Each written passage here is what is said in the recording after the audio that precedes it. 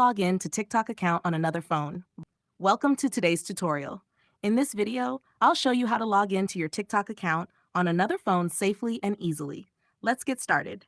First, download and install the TikTok app on the new phone from the App Store or Google Play Store. Open the app, and on the home screen, tap the profile icon in the bottom right corner. Now tap Login. TikTok will give you different login options. You can log in using your phone number or email linked to your TikTok account, your TikTok username and password, or connected accounts like Facebook, Google, or Twitter if you've linked them before. Enter your details and tap Login. TikTok may ask for a verification code sent to your phone number, email, or authenticator app to confirm it's really you. Enter the code, and you'll be logged in successfully. That's it.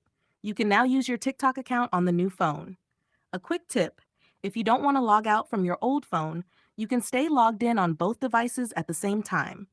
But if you notice any suspicious activity, go to your TikTok settings and check active devices for extra security. And that's how you log into your TikTok account on another phone.